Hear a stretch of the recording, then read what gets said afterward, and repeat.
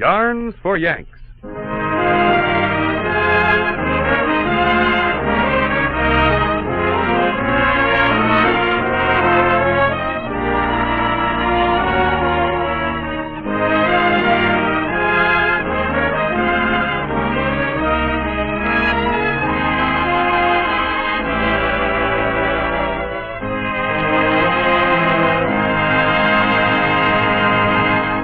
Yarns for Yanks.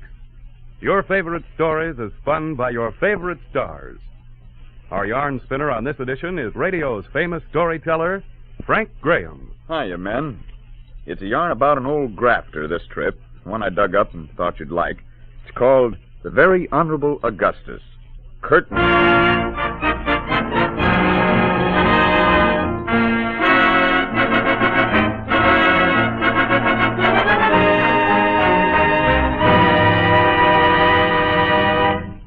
On a corner of the Annandale Fairgrounds, a soiled and patched banner announced in large letters to a small group of curious townspeople that here was the thrill of the century for just $1. Beneath the banner, the gray-vested, top-hatted figure of Augustus Vanderbilt Whipple stood on an apple box. He pulled a gold watch fob from his pocket, twirled it at the end of its massive chain, and addressed the crowd. Ladies and gentlemen, proud citizens of Annandale, we have here the miracle of the modern age, the aeroplane. You can fly like a bird, soar like an unfettered eagle among the clouds, and all with the safety of sitting in an armchair at home. Take the little lady for a ride, see the city from the air, for only $1. $1 for a ride you'll never forget. Augustus Whipple looked out over the crowd. 20 or 30 upturned faces were blank. Come, come, citizens of Annandale, the blue sky calls. It's only $1. The crowd began to drift away. Whipple put the watch fob back in his pocket and adjusted his hat nervously. Fly like the birds, ride the sky, 50 cents. Still no takers. He stepped down off the box and took off his hat and looked into it. Mr. Whipple always looked into his hat when things went wrong.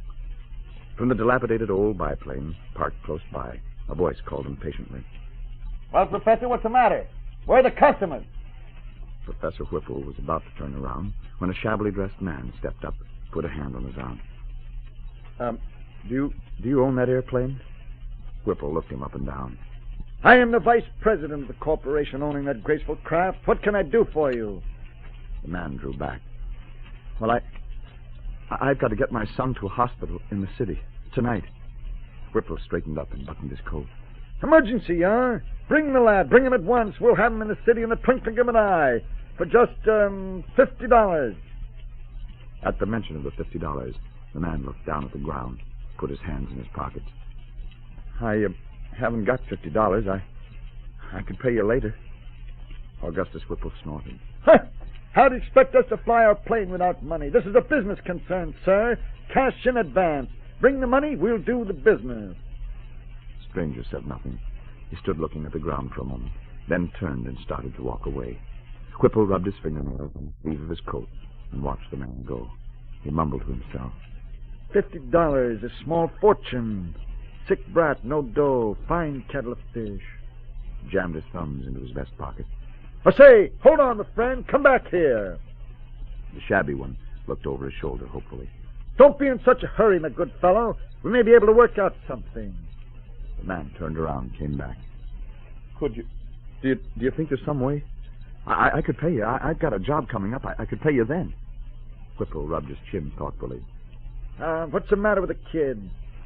Well, the doctor says it's paralysis. They won't let me see him. They say he's got to go to a city hospital or he ain't going to live. Look, mister, I got nothing. The kid's all I got in the world.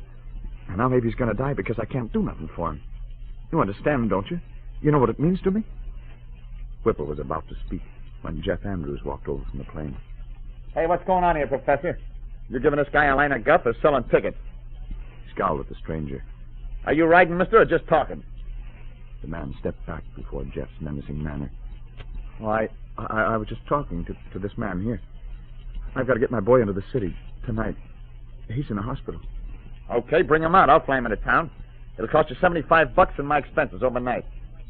The man bit his lip and looked at Mr. Whipple. Jeff didn't get it. Well, what's the matter? Whipple assumed his most pompous manner and turned to Jeff.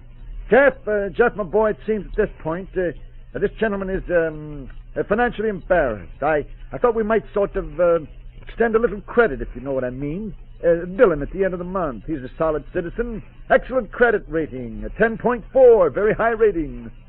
Now, Mr. Jeff took off his helmet and jammed it into the pocket of his jacket. Don't give me that stuff. Credit? Go on, get out of my way, Whipple, before I plant something in that fat face of yours. Jeff brushed past Augustus and walked off the field.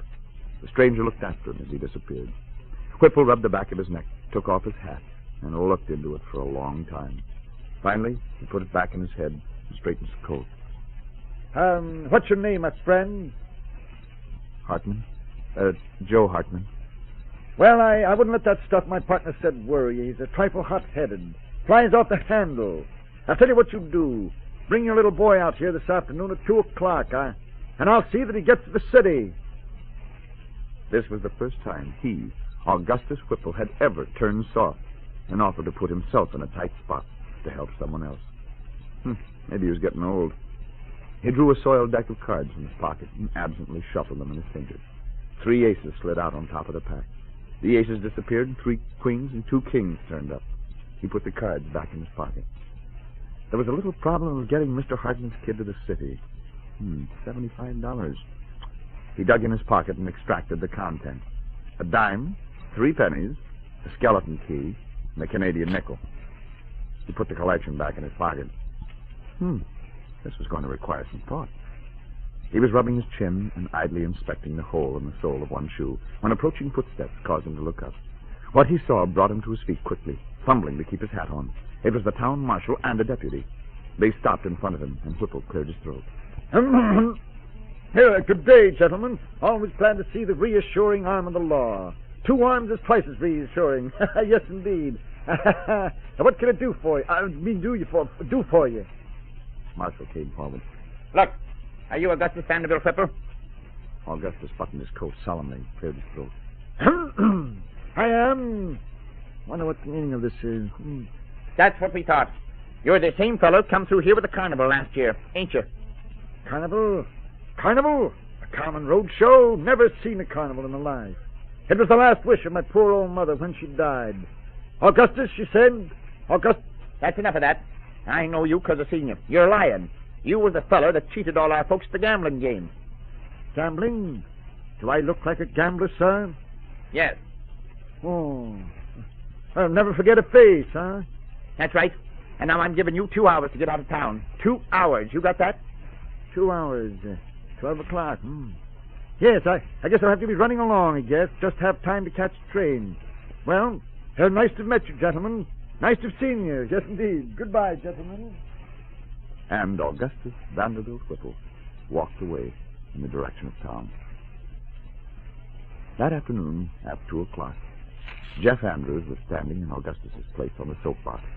His wrath over the disappearance of Augustus had abated, as a crowd larger than they'd ever seen before began to gather on the field. Business was certainly picking up. 2 o'clock, and people were coming in from all sides. The whole town was turning out. Cars in endless streams lined the road. Big cars, expensive cars. Jeff stood puzzled. Something was afoot that he didn't know anything about. These people hadn't come here to see his airplane. Whatever was causing the sudden rush to the fairgrounds, Jeff decided to take advantage of it. He picked up a megaphone and was about to address the crowd when an ambulance came down the road from town and swung onto the ground. Now what? Jeff watched as the driver and attendant climbed out and removed the stretcher. They carried it through the crowd to where he was standing. The stranger he'd seen with Augustus that morning was with him. The man stepped close to him. Well, we're ready to go. You're ready to go? You what? Don't you remember me? I'm Mr. Hartman. You know, that man that was here this morning with the tall hat, the gray vest? Well, he said he'd fix it up for you to take my boy here to the city. He said he'd do it.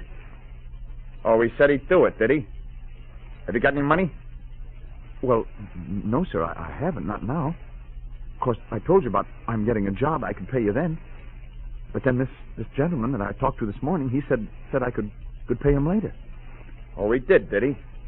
Well, that was mighty nice of him, wasn't it? Now, look, you just take your kid back the way you got him. I'm not in business for fun of it. I'm to fly and fly for money. Well, yes, I understand that you've got to make money, too, and it costs a lot to run your airplane, But look, mister, listen to me, my boy. I've got to get him to the hospital today. If I don't, he's likely to die. You heard me what I said, now scram. At this point, there was a movement in the crowd. Someone was pushing toward the front. One side, please. Just a moment. Excuse me, lady. Let me through here. Thank you. Out of the way. Oops, pardon me, sir. Didn't mean to step on your foot. Excuse me, folks. Just let me up front here. It was Whipple. He was puffing as he broke through the front line of bystanders and came to a stop in front of Jeff. Ah, there's your money, you old flying wolf. $75, I think. Let me see. 10, 20, 25, 30, 35, 40, 45, 55, 60, 65, 70, 71, 2, 3, 4, 74, 50, 75, $75. Now, get that boy in the plane and get out of here, will you? Jeff looked at the packet of bills and silvers at Whipple's hand. Well, come on, don't stand there like a ninny. Come on, take off. This boy has to go to the hospital. Jeff picked up his helmet and started for the plane, and the stretcher bearers followed.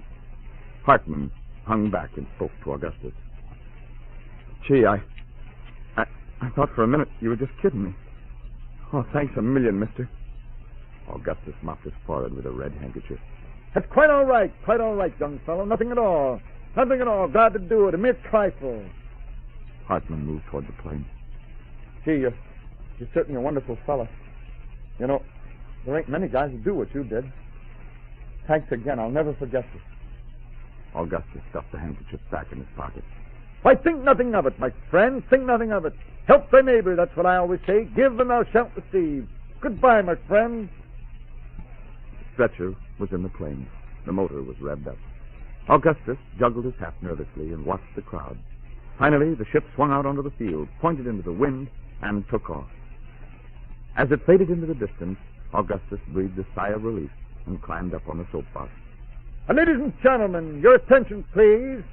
It seems that some worthless blackguard circulated a vicious and totally unfounded rumor around the town. It is my unpleasant duty to inform you now that Tyrone Power will not be landing on this field today. In the open doorway of a boxcar on a westbound freight, Augustus Vanderbilt Whipple sat alone and watched Annandale disappear around the bend. The fact that several of the town's leading citizens were by this time searching for lost pocketbooks was not bothering Augustus in the least. He dug into his pocket and pulled out the contents. 3 pennies, a dime, a skeleton key, and a Canadian nickel. He put them back in his pocket. Then wearily took off his hat and looked into it for a long, long time.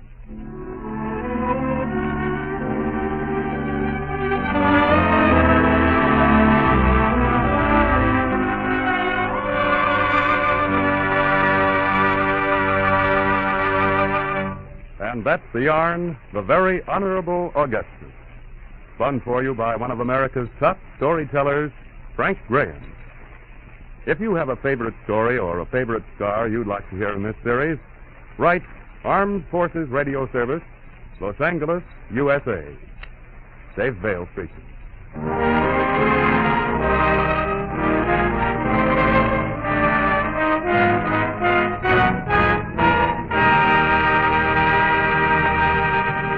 Yarns for Yanks is produced by the Armed Forces Radio Service.